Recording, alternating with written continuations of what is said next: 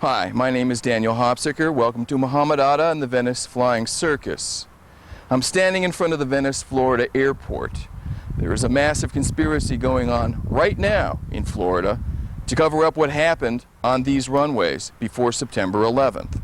We're being lied to about the nature of the conspiracy that took down the World Trade Center. Lied to by the FBI, lied to by our president, lied to even by our media.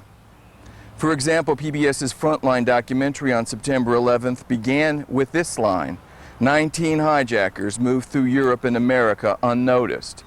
In a pig's eye, they did. In the lobby of the Central Intelligence Agency's headquarters in McLean, Virginia, there is this inscription: "Ye shall know the truth, and the truth will set you free." This is a story about legends. Your legend is your cover story in intelligence parlance. The lie that holds together long enough to let you slip away. The legends of Rudy Deckers as flight school owner and Mohammed Atta as fanatic Islamic fundamentalist have been fraying at the edges since the collapse of the World Trade Center. But what you'll see tonight will leave you asking the same question we are. Who are these guys? Tonight you'll hear the voices of some important eyewitnesses to the September 11th attack. Eyewitnesses not to the World Trade Center disaster, but to the prelude to the tragedy, to the conspiracy in progress in Florida, which 2 years ago resulted in a massive influx of Arab pilot trainees. Many times I went to lunch with these folks, and some of them could hardly speak English. Some of them are from Liberia or Libya, and I guess various countries in the Middle East. But you've been a pilot in this area for 15 years. Yeah. Has that always been the case? No, that's this recent influx of these type of trainees. You'll also discover that Atta and his buddies acted a lot like characters right out of Miami Vice.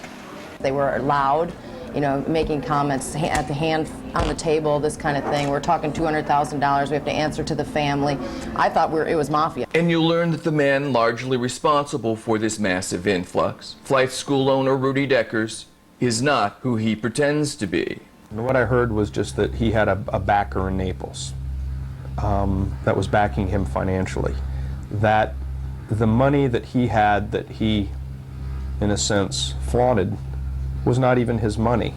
He was just the front man for the man that had the money. To learn the truth, you have to journey to an unlikely and until recently little-known center of intrigue, a freebooting port of call for an international cast of Learjet-setting rogues, spies, villains, and terrorists. Set beside a community of golf-playing retirees looking to get in on the early bird special. Welcome to Venice, Florida, a tiny retirement community on Florida's Gulf Coast. Like most towns, Venice has a few things to boast about. It bills itself as the shark tooth capital of the world, for example. And it has the second oldest population per capita in the entire United States. But it's really just a pleasantly ordinary little place. Except that Arab terrorists by the dozens came here to learn to fly. Mohammed Atta piloted the plane that hit the first tower. He learned to fly here. Marwan al-Shehi flew into the second tower less than half an hour later. He learned to fly here too. So did Siad al-Jarrah at the controls of the plane that crashed in Pennsylvania. That's 3 out of 4. And so did the most wanted terrorist still alive from the Hamburg Cadre, Ramzi bin Shalbib. What drew them here? Why would healthy young men gravitate to a retirement community anywhere? Where what bathing beauties there are recall in an earlier, gentler time. It makes you wonder, because it ain't Hamburg. How exactly did Venice, Florida become the biggest September 11th crime scene that wasn't reduced to rubble? Were they sent here? Was it an assignment? Who was Mohammed Atta anyway? Islamic fundamentalist, terrorist ringleader, the Pied Piper of terrorist pilots? How about Arab spy or double agent? The Pelican Alley is owned and run by Renee Adorna and her husband Tom. When reporters showed up the day after September 11th, she immediately knew why they were there. Right after the incident happened, we had newspapers come down, and somebody said, "Oh, there's a reporter out there." And right away I knew what it was about because I remembered the table Tommy knew, Jeff knew, we said right away, and then he didn't even really, he showed one picture and we knew immediately. There was 3 and they all looked of the, I guess, Egyptian, like kind of dark skin, dark hair, lots of jewelry, lots of jewelry. They're dressed like in Florida type shirts, you know, the silk with the pattern and that kind of thing. And I could have swore there was a cross. The one guy had the big cross.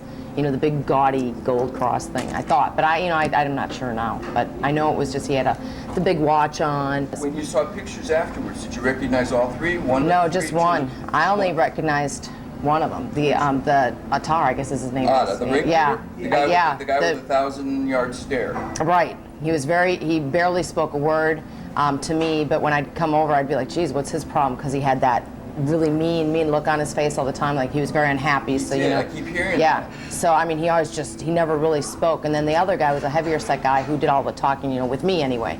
Was very outgoing, was very, you know, pleasant actually.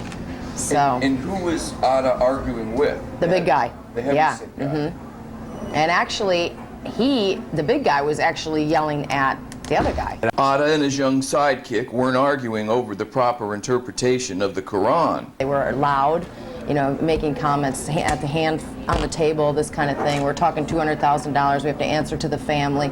I thought it was mafia. You know, like when I'd walk by, I just, you know, and I tried to stay away from the table, pretty much, and then went and told the owner and the manager, you'd better watch this table. They're getting a little out of hand. And they came in into the office and said there was 3 gentlemen out here getting very loud and having arguments amongst each other, and she was afraid that it might get too out of control, so she came and got me, and I came out here. They were sitting right here. The way they were sitting was, the one guy was on one side, the other guy was here, and then the big guy, he wasn't even in the booth, he was sitting on a chair on the outside here. He was a pretty big guy. Mm-hmm.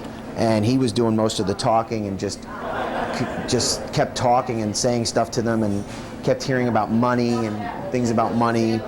And the other guy, that I guess was the main guy, he wasn't saying a word. He just sat there with a look on his face the whole time. The FBI come to see you? No. 2 newspapers, that was it. But nobody, no cops, no Venice police? No. And they were right down the street at the house. The house was right down the block that they had rented, so they never came over here to see us. Did the FBI come talk to you afterwards? Did what? Did the FBI come talk to you afterwards? No, actually only newspaper people. Strange. Yeah, I did, because we thought, you know, geez, they might want some information or something, but maybe they already had everything that they needed. Yeah. The FBI never finished its investigation into the September 11th disaster. Their work was halted by President Bush in an effort, he said, to free more manpower for the anthrax investigation. Well, the anthrax is behind us now. 3,000 dead people command us to find the truth about how it is they came to die on September 11th in the year 2001. And it's the search for that truth that's brought us here, where on these runways, barely 18 months ago, Mohammed Atta joined the Venice Flying Circus. Glimpse into the private lives of cold-blooded killers left us wanting to know much more. The obvious question, of course, is what kind of fanatic Islamic fundamentalists wear silk shirts and heavy gold watches? More importantly, who or what is the family? The FBI had managed to pop in at Atta and Marwan's rented home in Venice, a block from the Pelican Alley. It's owned by this man, Steve Kona, a Venice fireman. What they did was they come to the rental house itself. I guess the FBI showed up there about a day or 2 afterwards. I just maintained the grass over there in the summer, and they actually dealt with the rental agency for the, for the rent each month. Right. But yeah, I would see him occasionally when I was over there mowing. Mohammed Atta apparently disdained contact with almost everyone. Actually, he kept kind of secluded. His cousin, which I can't think of how. Chubby guy. Yeah, I talked to him a couple times when I was over there mowing. He was friendly. Everyone but says that. Yeah, and he was. Muhammad Atta, no, I never spoke with him. 6 months he was there. The terrorist landlord is clear about the time period during which they rented the home. The same July through December time period of the year before the attack. They rented just for that 6 months, where the same amount of time that they were here for the pilot's training. And then they left. I didn't, of course, I didn't have any dealings with them, so I didn't know where they went after that. But That, you know, my understanding, I thought they were going back to their country. I thought they were here just for the training, and they were leaving. We've just heard eyewitnesses that they were in this Venice restaurant just a month or so before September 11th. The timeline doesn't mesh, because when the FBI explains where the terrorists were in this country during the last 9 months of their conspiracy, the word Venice does not pass their lips. Was there something in Venice we weren't supposed to find? Brenda Cover works in the deli of this supermarket a mile from the airport. She says the terrorist pilots were in Venice just 1 week before the attack. September 11th, I was on the phone with my mother-in-law the same time the buildings got hit. They showed pictures of 3 different guys. Atta was one of them on TV. And immediately I recognized the faces. And I told my husband then, oh my God, those are the 3 guys. They were just in the store a week ago. The week before that, they were in the store. They got subs. Who were they meeting? Why were they here? The official story is that Mohammed Atta's terrorist cadre's appearance in Venice was nothing more than mere happenstance. Is that true? Again, we heard mention of Atta's dark presence. I didn't like the way they stared at you. I mean, it would have been different if they would have talked to you like you were a normal person and just, hi, how are you today? But he just stood back and just glared at you with his dark eyes like you were the bad person. You know, like he wanted to do you harm or something. And it just really gave you a frightening, eerie feeling. Like I wouldn't want to be caught in the parking lot at night with him. We asked Brenda when she first noticed the flood of Arab pilots coming through Venice. About a year ago. About a year ago. Was it just happenstance that so many young Arab men began arriving in Venice for pilot training all at about the same time? Because if it wasn't, then something else was going on in Venice, Florida. Something which the FBI may be doing its best to ignore. Venice is worlds away from Miami Vice. Atta and his Arab cadre seem to fit right in on Florida's East Coast, the center of Casablanca-type intrigue, with trendy eateries packed with tall European models. It's a raffish sort of place where even Osama bin Laden could find an aircraft broker who would sell him a U.S. jet trainer. This is the Fort Lauderdale Executive Airport, famous as a safe harbor for pirates of the air. This company, for example, used to work out of the infamous Mena, Arkansas airport, known as a haven for aviation intrigue during the 1980s. Just blocks from this airport, Mohammed Atta rented a car for what would be the last month of his life. Incredibly, he used it to return to Venice. As we've seen in the FBI's official chronology, the word Venice does not appear in the story of Mohammed Atta's final days. But in the rental cars that Mohammed Atta and Marwan rented right behind me here, they went to Venice twice. He rented 2 cars over 3 different contracts, a total of about 5 weeks. He picked up that car at closing time, and that one was going to be for 2 weeks. He told me it was going to be for 2 weeks, and told me he had to go over the west coast of Florida and wanted to know if that would be a problem. In this nondescript building in Pompano Beach, Florida, we got confirmation that Atta had been in Venice during 2 of the last 3 weeks of his life. While he was over in Venice during those 2 weeks, he called me from Venice. I saw it on the caller ID, and I thought, oh, wonderful, I got a car broke down over on the west coast of Florida. And he called me because the service engine soon light was on. During his questioning by the FBI, Warwick learned new details of the attack. Well, Marwan almost missed the building, so FBI told me that he was flying Marwan was flying 100 miles an hour faster than Atta, and that's why he flew into the building deeper, and that's why that building came down first, is because there was so much fuel deeper into the building. But their also explanation is Atta was very cool, calm, collected, just zeroed right in on it, just bingo. And Marwan, on the other hand, 10 years younger, was just scared to death. And flying, he flew erratic, and like I say, at the last minute, he almost even missed the building. Numerous items in Warwick's account are at odds with the official story. Atta had supposedly never been to America before the previous summer, which is hardly enough time to learn to speak without an accent. How was their English? Both of them very good. Yeah. Very. I really thought that they had been in the country for a long time. Where and when did Mohammed Atta learn to speak like he'd been here a long time? Everywhere we turned, we heard anomalous evidence. Mohammed dressed to the nines. I mean, you know, nice pants, shirt, just business-like, real business appearing, but nice clothes. The biggest mass murderer of the new century posed, ironically, as the perfect consumer. He carried a briefcase, and he had all the credentials he needed. I mean, we asked for, in order to rent a car to anybody, they got to have credit card, driver's license, and proof of insurance, and he had that. Everything matched. He had Allstate insurance. Address on the insurance card matched his driver's license. And he was a perfect customer. Warwick remains puzzled by certain inconsistencies in the terrorist actions. More anomalous evidence. If they were on a suicide mission, they knew they were going to be gone in a couple days. Number one, why would you go to the trouble to return the car to us 2 days before? If you got to catch a flight, like say out of Fort Lauderdale Airport to go up north, why don't you just leave the car at the airport? The heck with me. We already had a signed credit card slip. We could have put it on that credit card slip and saved yourself the aggravation. And why would you care? They bothered returning the car here, and on the last contract, we already had a signed credit card slip for Mohammed. And Marwan said, no, don't put it on his credit card. Here, put it on mine. Well, in order for us to take somebody else's credit card on a contract, you got to be on the contract.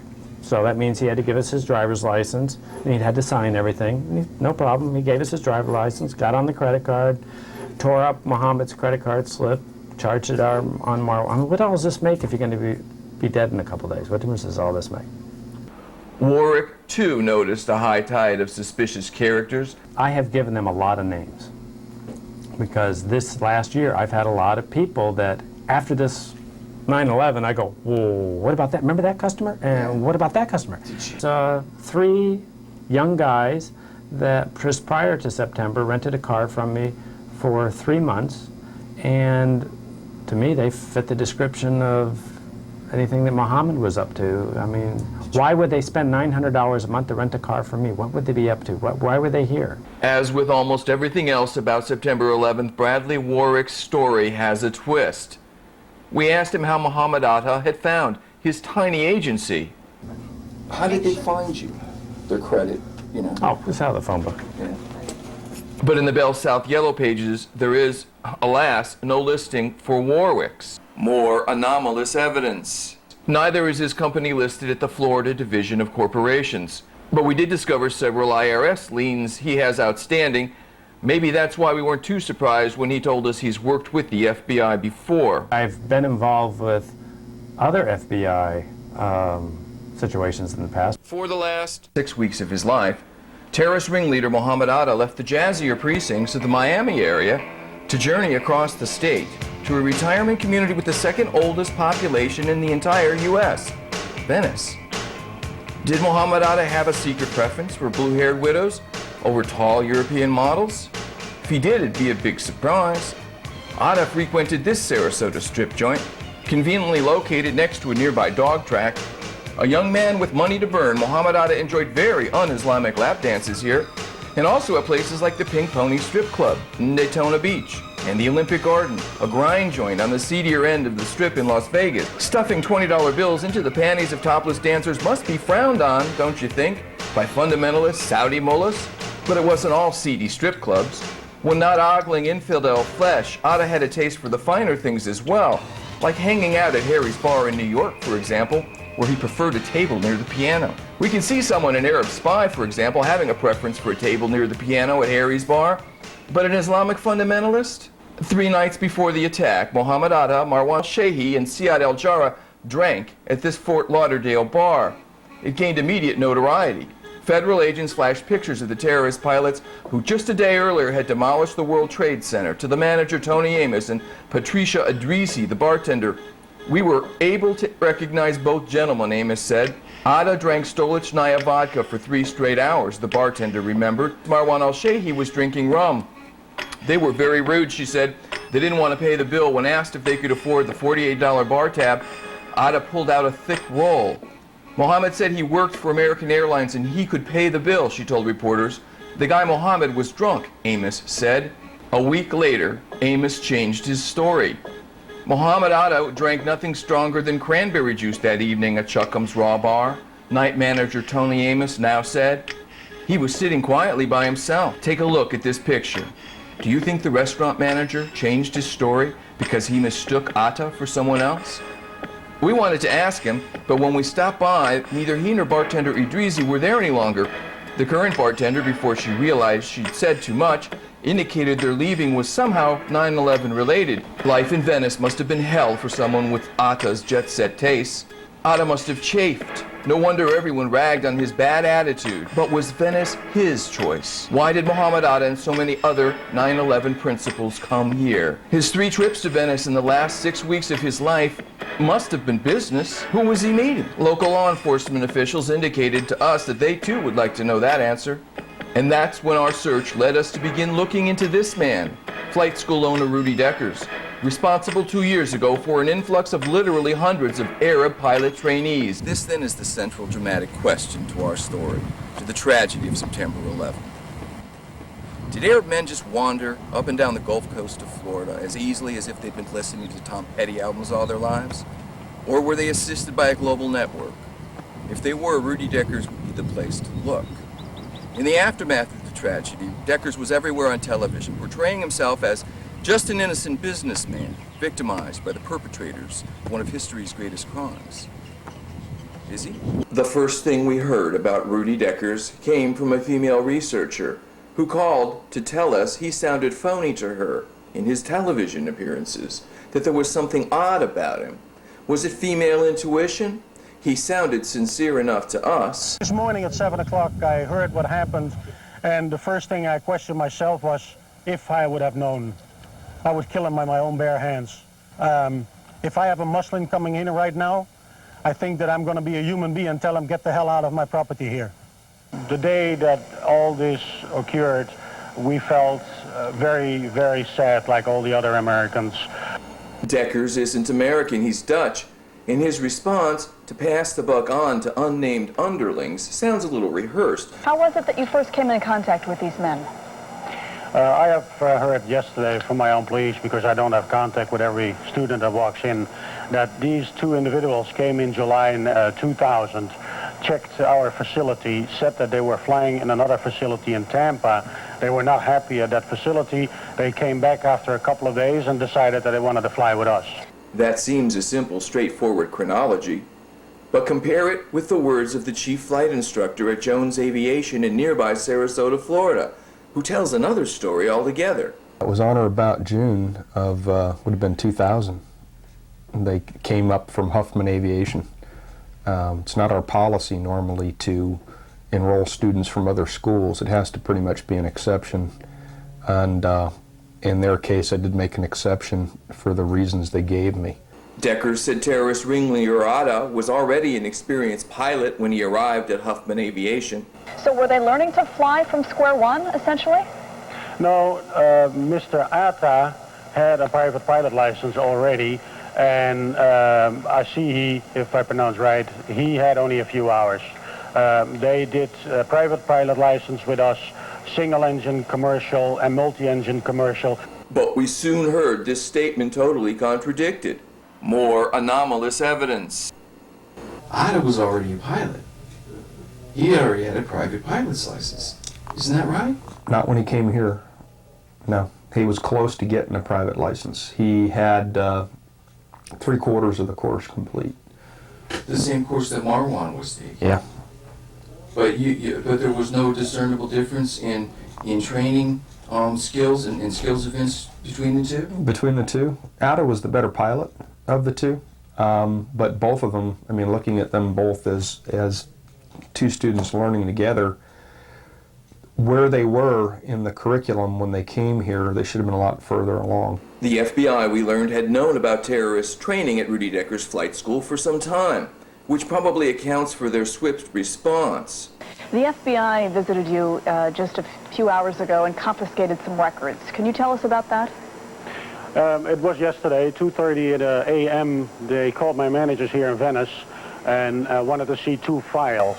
I came in at 7 o'clock in the morning. They were still there. I talked briefly with them. They were ready to go. I told them that we have more customers, clients from the Middle East, and I thought it was a good idea to give them all my files. So I gave him a couple of hundred files from the last years. The contents of the files of Rudy Decker's flight school might answer some persistent questions about the terrorist conspiracy's operations in Florida, and even reveal what kind of help they may have received in this country and from whom. But these questions haven't been answered because the FBI hasn't talked about what's in them. One Venice law enforcement official told us they, the FBI, loaded 2 Ryder trucks right outside the police station, then drove the trucks right onto a C-130 military cargo plane at Sarasota Airport, which flew out with Jeb Bush aboard. Since the FBI is not talking, maybe somebody should ask Jeb Bush. Then the cat got out of the bag just a little bit, as it sometimes does in the immediate aftermath of a major event. Let me ask you this. One of these men is widely considered to be responsible for a bus bombing in Israel. How was it that they could gain admittance to your school? Well, they didn't came through our paperwork like they're calling from Europe, and we know 2 months ahead that they're showing up. As I said, they came from another flight school out of Florida. Probably that flight school did all the INS paperwork with them in their country. Authorities immediately denied that the Mohammed Atta, who masterminded the demolition of the World Trade Center, was the same Mohammed Atta who had 15 years earlier blown up an Israeli bus. So there apparently were 2 separate Arab terrorists with the exact same name. But then we discovered a story from September 15th's Washington Post stating Mohammed Atta had been to International Officers School at Maxwell Air Force Base in Montgomery, Alabama, and that others of the terrorists had attended the Aerospace Medical School at Brooks Air Force Base in Texas and the Defense Language Institute in Monterey, California. 3 of the terrorists had even listed their address on their driver's license as the Naval Air Station in Pensacola, Florida, the story went on, where they participated in military exchange programs for foreign officers at the Pensacola Naval Air Station. Foreign nationals who became terrorist pilots were training at U.S. military facilities. They would most likely have had connections to Arab governments considered friendly to the United States. And that's a big story. But when the Post story ran, authorities denied it too. So now apparently there are 3 separate Mohammed Attas. Imagine that. Rudy Deckers was quick to disclaim any responsibility. He was just an innocent businessman, he told reporters. And I know it's difficult because you, in some sense, feel a little bit of responsibility, don't you? No, we don't feel responsible for what happened at all. Not nothing. The terrorists were only in Venice for a short time before moving on to Florida's East Coast, Deckers said. I have learned yesterday that after November 2000 that they left this facility and went to a flight school in Pompano Beach where they had additional training for jets. In later interviews, his story remained much the same. Atta and Al-Shihi walked into the front door, and we have no obligation whatsoever to do any background checks or passports or ID. So who was to blame for the terrorist presence in our midst? Exactly 6 months later, Rudy Deckers, oddly enough, helped provide the answer. Exactly 6 months after the September 11th terrorist attacks, the man who trained 2 of the terrorists to fly got some unexpected paperwork in the mail. Yesterday, Rudy Decker of Huffman Aviation in Venice received the visa application approvals for hijackers Mohammed Atta and Marwan al-Shehi. Because of some strangely suspicious timing, Rudy got to use the V word right on television. Vindicated. I don't expect on a Monday morning when I come in and I open my mail to get 2 permits from Atta and Al-Shihi. I thought they were already past me. We applied for the right paperwork, and therefore I'm happy I can do that now. So you feel vindicated? Yes. And suddenly the finger of blame was beginning to point towards the lowly INS. Decker says he was not surprised to receive the paperwork on Atta and al-Shehi 7 months after he sent it in. He said that's actually a short time. He says the process can sometimes take up to 2 years. The INS, meanwhile, is embarrassed by this whole situation, and in a release statement says that, quote, the current system for collection and tracking information on students is outdated, inaccurate, and obsolete. Thank God for hard-hitting American journalism. Deckers got major public relations mileage out of the INS snafu. We suppose only a cynic would wonder if someone had planned it this way. The flight schools didn't do anything wrong. The government needs to look at itself and look at procedures, what they can change, so this would not happen anymore. But when the Dutch national whose flight school was the terrorist American beachhead was invited to testify before Congress about his views on preventing a recurrence of September 11th, it struck some observers as being a little much. Rudy and CNN seemed to have quite a meeting of the minds. Rudy was now even advising Congress, just as he had earlier offered help and advice to the FBI. The story helped to focus public anger over the terrorist attack. Venice residents like Ralph Hargis know that the arrival of the applications couldn't have stopped September 11th, but they believe a more diligent INS should have. Someone's dragging their feet somewhere. They let him into this country. We paid the price. Still, some people in Venice had other ideas about where the real blame lay. When people in town found out that these people had been in our midst right here, I mean, 3 of them. They wanted to go burn down the airport. The INS debacle left even mainstream reporters skeptical, if not downright embarrassed. Well, maybe I missed this while I was shaking my head, but explain again, because I read it. I'm not sure I understand what the INS is saying here. At some point, fairly recently, somehow these pages got stuck in an envelope and sent down to Florida. Now, did anybody look at them? Apparently not. You'd think those names, Atta, Al-Shehi, which are in the news, probably more than anybody's, would stand out. More hard-hitting American journalism. Before anyone pins any medals on Rudy Deckers, we think they should take a look at what people who know him have got to say. For starters, he has a pretty tarnished local history. Coy Jacobs owns an aviation business right next to Rudy Deckers at the Venice airport. He was operating a flight school, an unsuccessful flight school in Naples. He had some run-ins with the FAA. I think he had lost his license or had been reprimanded. Also, it turns out he's something of a deadbeat. Bob Mudge writes for the local Venice Gondolier. I don't think I knew anything at all about Rudy, even his taking over of Huffman, until April or maybe early May of last year, when he missed a rent payment. Or actually, I found out he was behind on several months' rent. The only, at that time, fixed-base operator at the Venice Municipal Airport was, I think, at that time, 3 months behind in his rent, and had gotten a demand letter and was being threatened with eviction. There was even something strangely puzzling about the circumstances under which Deckers had purchased Huffman Aviation. They did no due diligence, to the best of my knowledge. It's a cardinal no-no. I mean, you just don't come in and buy a business like that. They blew into town. They were here a day or two, met with Stan Huffman. He named a number. They said yes, wrote him a check. Stan left. They're here. And then they notified the city of Venice what they did after the fact. And it was a shock to everybody at the airport. In fact, the city council and the city attorney, and I think even for that matter, the manager of the airport wasn't even aware of the fact, and that's a criteria. You can't transfer properties at this airport and most federally funded airports without the governing authority's approval. The city of Venice wasn't the only government agency eager to bend the rules for Rudy Deckers. Rudy is not a U.S. national citizen. He's not national. I don't believe he's a U.S. citizen. And historically, the FAA is pretty picky about who they allow to even own November registered or U.S. registered airplanes. A non-U.S. citizen cannot register an airplane in the United States, can't own it in the United States. And yet, as we will soon learn, Deckers owned not just U.S. registered airplanes, but a U.S. chartered airline as well. He was involved in the startup of Flair, I think it was called, which was Florida Airline, simply.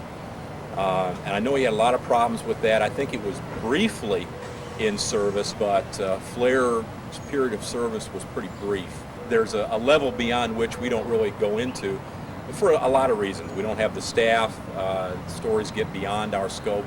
I've heard a lot of things about why that airline went into trouble, and that there were a lot of financial problems, and I've heard problems with people not getting paid. And I had some discussions with Deckers about that at some point, and he was blaming it on, I forget who. And that's when we began to learn about Rudy Deckers' shadowy financing. And what I heard was just that he had a backer in Naples that was backing him financially. That the money that he had, that he, in a sense, flaunted, was not even his money. He was just the front man for the man that had the money. The only way I could explain it, and the only way it was explained to me, was that Rudy Deckers was running an unsuccessful business in Naples. He was not making any money. He had he didn't have the best of reputation. Somehow, Rudy Deckers' financial profile changed overnight. Just about a year earlier, he asked me for a ride from Venice to Naples, which is an airplane ride, which is maybe a 20-minute ride, and didn't have the money to buy gas. I mean, I said, yeah, I'll take you down there with one of my pilots if you buy the gas. He didn't have the money to buy gas for an airplane to go down and back. And then he shows up a year later and plops $1.7 million or $1.8 million or $2 million on the table as if it was paper money. Tom Hammersley was the chief flight instructor at Florida Flight Training, the other Dutch-owned flight school at the Venice airport. They trained the terrorist pilot at the controls of the plane which crashed in western Pennsylvania.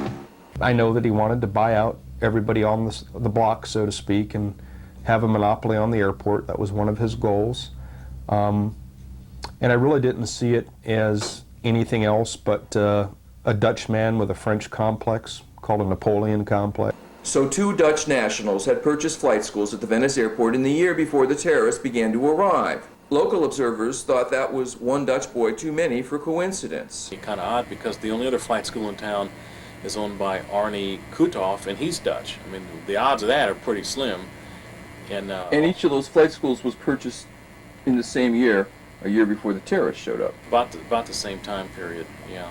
I've heard a lot of rumors that I haven't been able to substantiate about connections between them and other businesses here and entities and agencies outside the area. It certainly is something you'd have to say is an interesting coincidence. The notion that it is just coincidence that dozens of Arab student pilots learned to fly at 2 separate Dutch-owned flight schools at this tiny airport is called the magic Dutch boy theory. Just like the magic bullet theory in the Kennedy assassination, where a magic bullet was the only way the FBI could concoct a scenario which let them apply a lone nut gunman tag to Lee Harvey Oswald.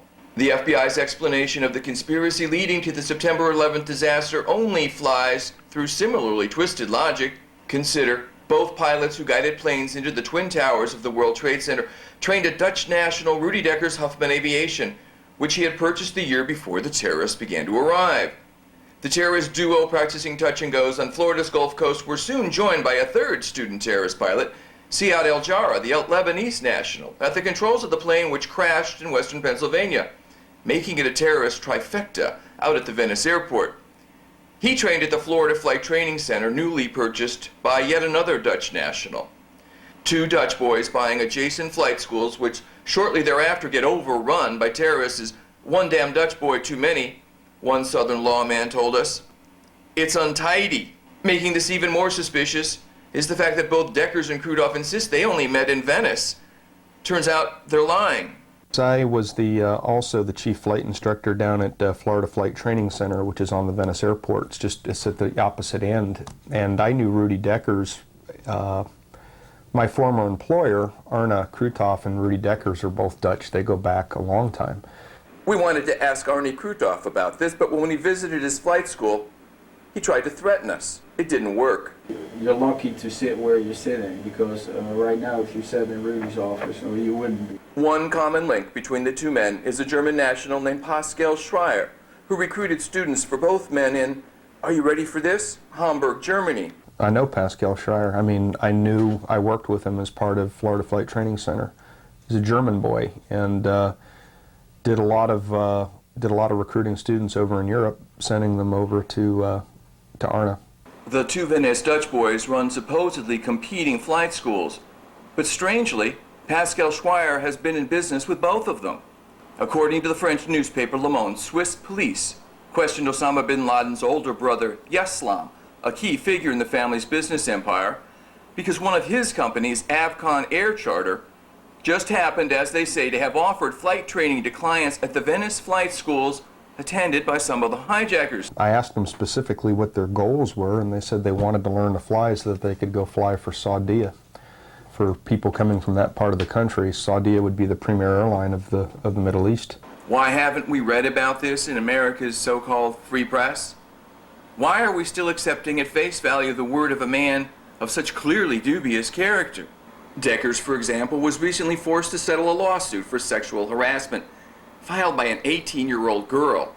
A former employee, it turns out she was also the Huffman employee who filed the terrorist error-filled INS paperwork. Remember, to get the visas that came back 6 months to the day after the attack? Perhaps she can be forgiven her mistakes, given that she was at that same time being distracted by the pawings of a middle-aged Dutch creep. You're aware of the numerous allegations of sexual harassment, for example. Yeah, I hear that. I mean, that's rumors around the airport. Airport's smaller community. It's like a small microcosm of society. Most airports are. And yeah, people, women leave, and down there, I've heard that there's been problems down there. So a man who gets his kicks by sticking broom handles up the backs of the dresses of 18-year-old girls who work for him was invited to testify before the Congress of the United States of America on preventing future terrorist attacks. Apparently no one thought to question him about what role he may have played or how he may have facilitated the events of September 11th. Why not? As we've just seen, it's not because he has such a sterling character. What then? Why is Rudy Deckers being protected, and by whom? To understand what follows, it helps to recall first just a little U.S. history. Back in the bad old days of the Cold War, the largest airline in the entire world belonged to just one client, the CIA.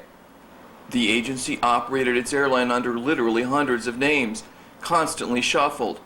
When CIA Director Helms ordered an inventory of the planes one time, he was told no accounting could ever be anything like totally accurate because of the complexity of the scheme. But in the public revulsion over the excesses of the CIA after Watergate, the agency was forced to divest itself of its air carriers, supposedly.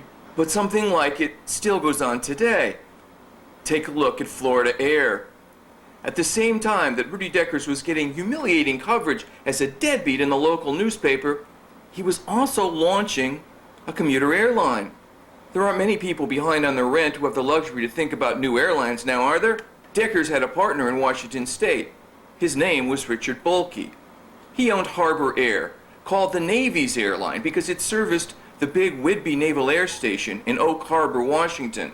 Deckers entered a venture with a partner who was also at the same time participating in the massive mob-led looting of pension funds in Portland, Oregon. Altogether, over $350 million was missing. And they not only got away with it, but they even pretty much kept it out of the papers, except the local press, which just claimed to be sort of puzzled by it all. Deckers' partner Richard Bolke was pretty fortunate too. He gave him $26 million to build this high-rise condominium project that only cost $12 million. Where do you go to apply for that kind of work? Portland reporter Eric Mason was intrigued by the Bolke-Deckers connection too. When he went to interview Bolke, Bolke told him he was someone else. It's interesting, the first, conversation that I had with him, he denied being Richard Bolke. Recognized him from the description I had gotten. I said, Mr. Bolke, can I get an interview with you? And he said, Mr. Bolke isn't here. And then when I saw him again, I said, Mr. Bolke, I think you really need to speak to me. I've got some important questions for you. He finally said, okay, come on upstairs. Mason was interested in Bolke for pretty much the same reasons we were. The financing that had gone between Mr. Bolke and Florida Air, which was a sister operation to the flight training center which trained Mohammed Atta. Remember what we said at the start of the show? That this was a story about legends? That your legend is your cover story, the lie that holds together long enough to let you slip away. Well, oddly enough, Richard Bolke's condo project in Portland, Oregon, it's called Legends. Rudy Deckers might be involved in a lot of aviation-related businesses that don't make any business sense, but so is his partner Richard Bolke. Richard Bolke's former employees always wondered what the aviation business was really doing. From the beginning, they felt as though the finances flowed from the real estate holdings and the retirement home into this aviation company, and that there was really no way this aviation company was really making money. So the question about what this aviation company was really all about, that still remains to be seen. When things don't make business sense, sometimes it's because they do make sense, just in some other way. It started out of here, which was a Decker Hilliard thing, which again just never made sense. That airline startup thing was the chances of that working were, and we joked about it. In fact, it was such a joke around here at the airport. It was a thing where, I joked around. I said, oh yeah, they're going to start an airline. I said, I'm working on a shuttle launch facility right next door here. We are looking, remember, for evidence of the global networks which authorities said must have been aiding the terrorists while they were in this country. He had received financing from capital consultants. And capital consultants, the folks that are the head of the financial officers of capital consultants, have now been indicted on a number of charges, including fraud. Some have labeled it a Ponzi scheme. I think the prosecutors in this case have made the case, at least to a grand jury, to go forward with indictments, that there was fraud going on. And you have to ask yourself, in this huge financial holdings company, where did all this money go? You have to ask yourself, how much money can you lose and not have anything to show for it? Another grateful recipient of millions of dollars of the pension fund money was Alvin Malnick, whom Reader's Digest once called Meyer Lansky's heir as head of organized crime. And as global networks go, they don't get much bigger than that. But it's not Malnick's gangster ties that make your jaw drop. It's his connection with the Saudi royal family.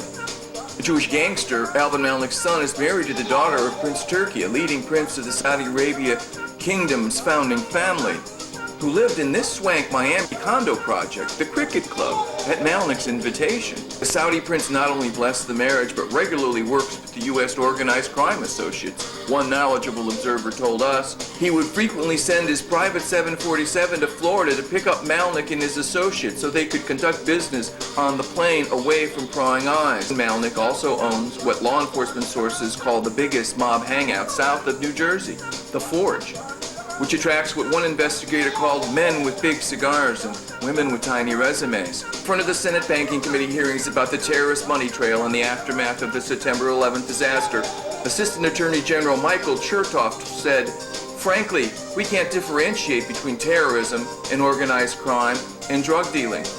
Rudy Deckers, it seems, has partners who are in business with the mob, and the mob is a global network, and the mob traffics in heroin, which gives them something pretty big in common with Osama bin Laden's organization, believed to derive much of its funding from the heroin and opium trade in Afghanistan. But there's yet another global network which often works together with the mob, which has its fingerprints all over the Rudy Deckers story. Take Rudy Deckers Airlines Florida Air, for example. Just like the CIA's airline back in the 60s and 70s operated under hundreds of names, Deckers Airline does too. Florida Air really isn't Florida Air, for example. It's Sunrise Airlines of Las Vegas, doing business as Florida Air. But then Sunrise Airlines of Las Vegas isn't really Sunrise Airlines either. It's Express Air of Phoenix, doing business as Sunrise Airlines. Somebody real high in the U.S. government must have loved these guys, because they were getting more than $3 million a year from the U.S. government itself in something called the Essential Air Service Program in the Department of Transportation to run flights in rural Arizona. But it gets better. The plane they flew the service in was donated to them for just $1 a year by the city of Show Low, Arizona, which obligingly purchased it for them after the city fathers approved a $2 million bond issue. But it gets better yet. After being the recipient of all that government money, Rudy Deckers' company didn't even operate the flights. It went bankrupt instead. Deadbeat Rudy Deckers was starting an airline. And how's this for an ironic twist?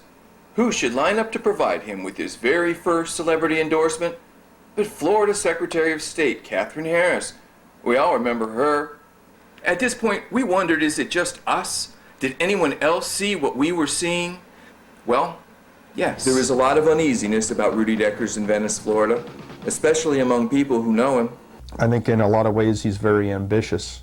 To what extent he would go to succeed, I don't know his character well enough to comment on it. It's common knowledge around the airport that in fact, the phrase you hear a lot of times is you can't believe what he says. I mean, he doesn't have a lot of credibility. I've certainly had a number of occasions when Mr. Decker has told me something that turned out not to be true. They did have somebody in foreign agent in Hamburg. It was common knowledge that they went after the markets, and they went after, they had foreign agents. They called them agents. I mean, after the fact, of course, it looks extremely suspicious. I mean, what are the chances that all the people, or the huge bulk of the terrorists were trained in 1 or 2 flight schools in one town? Exactly. What are the chances? This is a question which the FBI seems desperate to avoid. Take a look at this wanted poster they put out. 2 weeks after the attack, they'd confiscated everything in sight at both Venice Dutch boys' flight schools. So why is the word Venice so conspicuous by its absence in their report? What are they covering up? From his vantage point as the owner of the aviation facility right next door, Coy Jacobs says suspicions about Rudy Deckers have been widespread around the Venice airport since he moved in the year before Mohammed Atta came to town. Since September 11th, the suspicion has only grown more intense. When people operate suspiciously at airports around here, people start acting suspicious. I mean, law enforcement hovers around most airports in the southeast United States to some extent. They hover around airports around here, obviously, and they were told to stay away from that operation. Who was told? The Sarasota County drug interdiction people were told that they had a green light to operate and that they were to stay away from that. They were some type of a alluded to the fact that they may have some type of government protection. Government protection of Rudy Deckers? That would explain the softball coverage by CNN. The question was, which part of the government? It's a published known fact that some people fairly high up in the CIA have started developments around here. I think by developments I'm talking investments after they retired. I would say that it's not the Bush's vacation here. Rudy Deckers doesn't impress locals as any sort of budding James Bond, but the money man behind Rudy, he's another story. It seemed like he wasn't maybe quite as astute as I would have thought somebody in the intelligence community would be. I mean, you think of these guys looking like James Bond or, you know, wearing flower shirts and carrying Walther PPKs. Wally certainly could be. I mean, Wally was unassuming, nice guy, had a cell phone, rang all the time, had an affinity for Learjets. Do CIA agents have an affinity for Learjets? Was there evidence of a large covert presence in Venice, Florida? Rudy Deckers' business partner in Washington State provided the critical clue. Richard Bulkey started in the business of creating freestanding retirement homes. And he, at one point, had the largest company, the largest holding of these freestanding retirement homes in the country. One of the retirement homes that belongs to the company that Richard Bulkey once held was just a stone's throw from the airport where Mohammed Atta was trained. And you have to ask yourself, there's a lot of coincidences here. Are they just coincidences, or is there something more to it? In an ironic twist worthy of the spy fiction of Jean le Carré, it turns out that its elderly population, the very thing that made Venice seem an unlikely terrorist destination resort, was what drew Atta and his cadre here in the first place. American intelligence has had a significant presence here for a long time in, of all things, the nursing care industry. This stately colonial building, just a block from the Venice airport, was built to house the national headquarters of huge nursing care company, started by a man whose name is synonymous with American covert operations during the past several decades, Jackson Stevens. Jackson Stevens' name surfaced in the BCCI scandal, in the Mina drug scandal, in the Promise software scandal, in the Vince Foster scandal. This stately mansion, which still houses Jackson Stevens' law firm, is the house that Jack built. And right across the street is Richard Bulkey's Altera assisted living facility. And just around the corner is Huffman Aviation. Our biggest discovery was that the parcels of land surrounding the Venice airport tell their own story of covert associations. It's the story of America's secret history. Here, Jackson Stevens' law firm, Boone, Boone & Boone, it still exerts control over the civic destiny of this tiny town. And the founder of the firm was former Florida Governor Lawton Child's college roommate, a detail whose importance will shortly become clear when we look just down the street, where right beside the Venice airport sits the long-time winter home of Ringling Brothers Barnum and Bailey Circus. The circus was brought to Florida, we learned, by its longtime owner, John Ringling North. John Ringling North, back in World War II, was an agent of the precursor of the CIA, the OSS. And not just any agent either. He's credited with securing the release from Italian prisons of key mafia figures who repaid his kindness by assisting in the Allied invasion of Italy in 1944. More than 50 years later, sitting right beside the Ringling Circus grounds, right next door to Jackson Stevens law firm, and right beside the Venice airport, is a parcel of land housing the Italian-American Social Club. They couldn't put this in a movie. No one would believe it. Friday night is pasta night, we're told. We wonder what they do there other nights. As it happens, a traveling circus, which was often touring behind the Iron Curtain during the Cold War, provided excellent cover for intelligence activity. Ringling's winter home beside the Venice airport also housed the famous Clown College, where for many years the CIA sent recruits as part of their training. Why does a CIA agent go to Clown College? The answer's simple: to learn sleight of hand. And now we've come almost full circle. Because remember Stevens Law Firm's founder's college roommate, Democrat Lawton Chiles? Well, oddly enough, it was he who gave Rudy Decker's only celebrity endorser, Republican Katherine Harris, her start in politics when he named her to the board of the Ringling Circus Foundation in nearby Sarasota. They couldn't put this in a movie. No one would believe it. It turns out that Venice, including neighboring Charlotte County, have been hotbeds of covert intrigue for as long as anyone can recall. At least 23 helicopters have been made to disappear from the Charlotte County Sheriff's Department for reasons unknown and sent to exotic and faraway destinations, like Chile. Charlotte County always had kind of a shadow. There's a fellow that rebuilds helicopters, and he's always been in quasi-problems with the FAA, with these helicopter parts. Jamie Hill. Yeah. Who the sheriff, the Charlotte County Sheriff, is investigating for as being involved in the disappearance of 23 of Charlotte County Sheriff's helicopters. Lose 23 helicopters. Well, you wouldn't think Charlotte County would need 23. No, of course not. Why is this of any interest to us in our story? Because despite what we've been told by the FBI, Charlotte County was the first home in this country of Mohammed Atta. These emails are from Mohammed Atta, discovered by Charlotte County law enforcement and shown here for the first time.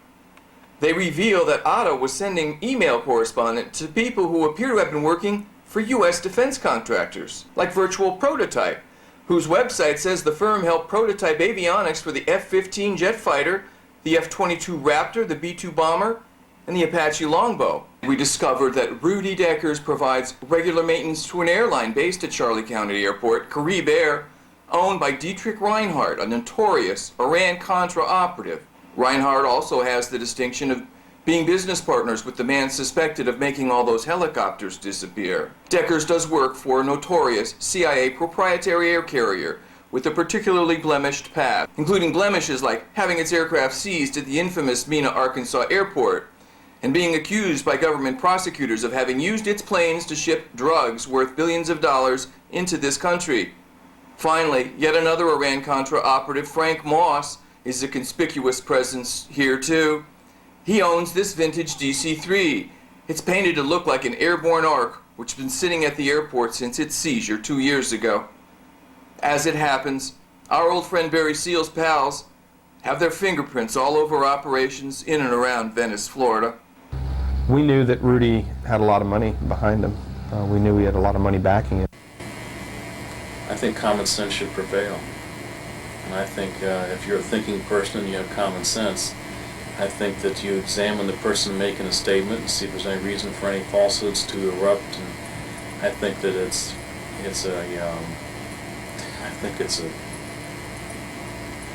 pretty suspicious to me. So much dust in the air, so to speak, that people couldn't really focus on what was perhaps, the true way the Trojan horse got into this country.